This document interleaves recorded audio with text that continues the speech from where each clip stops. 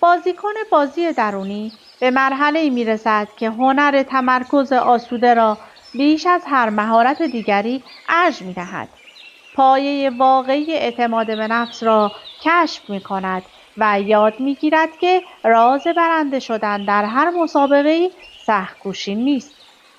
هدف این بازیکن نوعی اجرای فی‌البداهه است که فقط زمانی اتفاق می‌افتد که ذهنش آرام و هماهنگ با جسمش باشد و مکرراً به روش‌های حیرت‌آوری برای تسلط بر محدودیت‌های خود به آن دست می‌یابد. به علاوه، موقعی که بازیکن بازی درونی بر نگرانی‌های رایج در مسابقه غلبه می‌کند، اراده برنده شدن چنان به او روی می‌آورد که تمام انرژی‌اش را آزاد می‌کند و هرگز با باخت دلسرد نمی‌شود.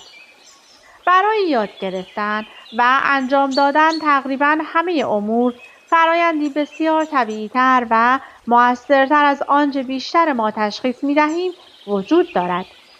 این فرایند شبیه همان فرایندی است که همه ما در یادگیری راه رفتن و صحبت کردن به کار می‌بردیم، اما خیلی زود آن را فراموش کردیم.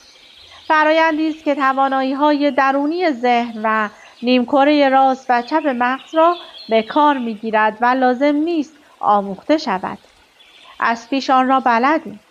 تنها لازم است عادت‌هایی را که در آن اختلال ایجاد می‌کنند ترک کنیم و اجازه دهیم خودش اتفاق بیفتد.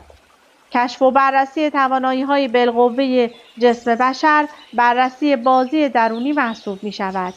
در این کتاب این کار از طریق ورزش تنیس صورت می‌گیرد.